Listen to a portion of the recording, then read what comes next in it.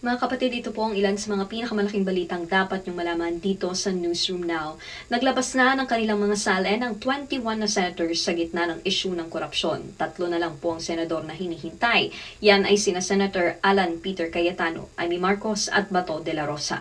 Pinakamalaki ang net worth ni Senator Mark Villar na aabot sa 1.26 billion pesos. Sumunod sa kanya si Senator Raffy Tulfo na aabot sa higit 1 billion pesos ang kabuang yaman. Base po sa joint salin nila ng asawang si Congresswoman Jocelyn Tulfo. Ang kanyang kapatid na si Senator Erwin Tulfo naman nasa 497 million pesos ang salin. Sumunod sa kanila si Senator Mick Zubiri na may higit 431 million pesos, 362 million pesos naman ang kay Senator Camille Villar. Sa mga senador na naglabas ng salin, ang may pinakamababang net worth ay sina Senator Chis Escudero at Senator Risa Ontiveros na nasa 18 million pesos ang kanilang net worth.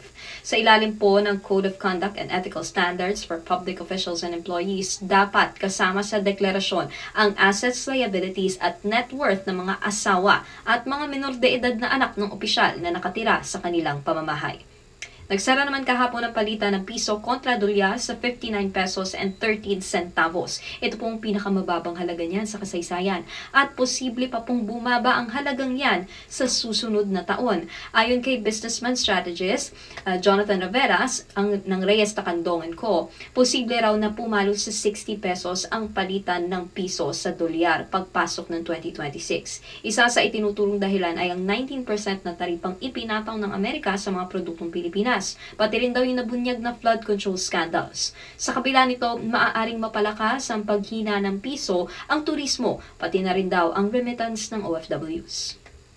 Sa bandala, fully booked na po ang maraming biyahe ng bus sa PTEX ngayong paparating na ang undas. Mahigit 2,000 pasahero rin ang inaasahang dudumog sa terminal simula po bukas hanggang Biyernes. Ilan sa mga rutang ubos na ang tiket ay yung mga mula sa PTEX papuntang Matnog, Sorsogon, Tabaco, Albay, Goa, Camarines Sur at Gubat, Sorsogon. Nakantabay na rin naman po ang ilang bus companies para maglaan ng additional trips sa mga rutang may mas mataas po na demand ngayon ngang undas. Pagdating naman sa mga last minute na bibili ng ticket, inaasahan pong mas mahaba na ang pila at mas matagal ang paghihintay. At yan ang ilan sa mga balitang dapat niyong malaman at abangan back-to-back sa una sa lahat, 5:30 p.m. at Frontline Pilipinas, 6 p.m. dito nga sa TV5. Ako po si Nikki de Guzman para sa Newsroom Now.